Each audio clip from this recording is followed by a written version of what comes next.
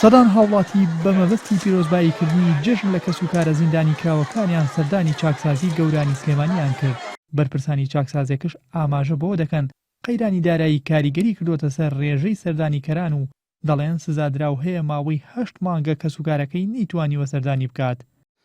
سزادراو هەیە 8 مانگ ئەبێت تا ئێستا هیچ سەردانێکی نهاتووە کە هیچ کەسێ نەهاتۆ بۆ لای کە ئەمانە لە بارودۆخێکی دەرونی زۆر خراپان. ئێمەش کێشێکی زۆری بۆ بەڕێوەبراتیشمان دروست کردووە. هۆکاری چییە خەڵک کەسوکارەکەی نایە سەردانی؟ هۆکارەکەی ئەگەڕێتەوە بۆ قەیرانی دارایی کە کەسوکاریان زۆر دەستکورتن ناتوان پارەی هاتوچۆیان نییە کە سەردانی کەسوکاریان بکەن. منیش کەنە سژنەوە لێە وەڵا داواکەم بە وەرد مناڵەکانمە تێم ناچووە 5 مناڵ وردەوامایە من چیان پێ بکەم قڕ پێ بکەمە سەرا.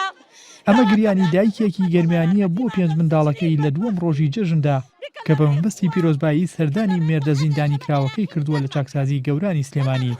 ئەمژنە دەڵێت بەهۆی گرفتی داراییوە چیتر ناتوانێت منداڵەکانی بێنێت تا باوکیان ببینن. لە کەلار و هاتمە 5 مناڵ وردەمە یەک گشتی بە بیا حساوکە بیا باوگن بێ باوگی هەرەوەندی بێژی وەڵا باوگیان مردیە من چیان پێ بکەم ئەوەی من بێوەژنم و بەنێ مناڵی لە باوگیان بەدبەختە سایەقی کاسبکار بووە 50,000 وە ڕێگەی هاتیە کردیانە سەرسژن و 17 ساڵ من چی بکەم من چی بکەم من چی.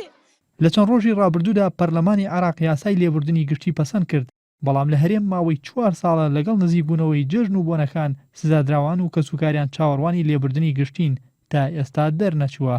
پیاوکم 15 ساڵ حکومە 3 مناڵم هەیە ئیستا ئیمساڵەمە مەچێتە مەکتەب 2 تەلەبەم هەیە ئیمجا ئەوەم 6 مانگ بۆ پیاوکەم گیراوە تەنازولمانەیە 15 ساڵ حکومی هەیە هەر من وامنی ماڵ لە چەمچە ماڵەوە هاتوومە هەر من وانی بڵێم منم بەس بۆ خۆم قساکەم بەس بۆ عام ئەم قسەیاکە.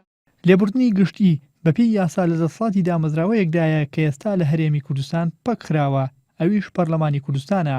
لە خولەکانی پێشوودا ساڵی 2007 و 2012 پەرلەمان لێبوردنی گشتی دەرکرد، بەڵام لەم خولەدا تا ئێستا هیچ بڕیارێک دەرنەچووە و سەرۆکی لیژنەی مافی مرۆڤیش لە پەرلەمان دەڵێ بەم دۆخەی ئێستاوە پێویست ناکات سزادراوان چاوەڕوانی لێبوردنی گشتی بکەن. بەڵام ئێمە لە پەرلەمان پشتیوانی ئەوە بوون کە ئەم جارش لێبوردنێک هەبێ هەرچەندە لێبوردنی گشتی نەریتێکی خراپە چکە گەر یاسا جێبەجێ بکرێت لێبوردنی گشتی مانای نییە. هەندێک ڕێکاری تر هەیە وەک ئازادبوونی بەمەرج و هەندێک عقوبەی بەدیل هەیە بەکاربێنرێت لە بری لێبوردنی گشتی بۆی گوزەرانی زیندانیەکان باش بێ بەخستنی پەرلەمان ئەوەشی ڕاگرت. بۆیە من بڕوام وایە بەم دۆخەی ئێستا چاوەڕێی لێبوردنی گشتی نەکرێت لەم خولەی پەرلەمان.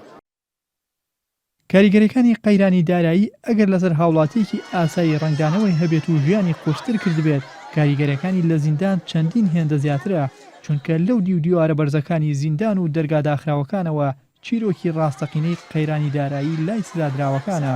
بابان نوورێن ئاڵفی، سلێمانی.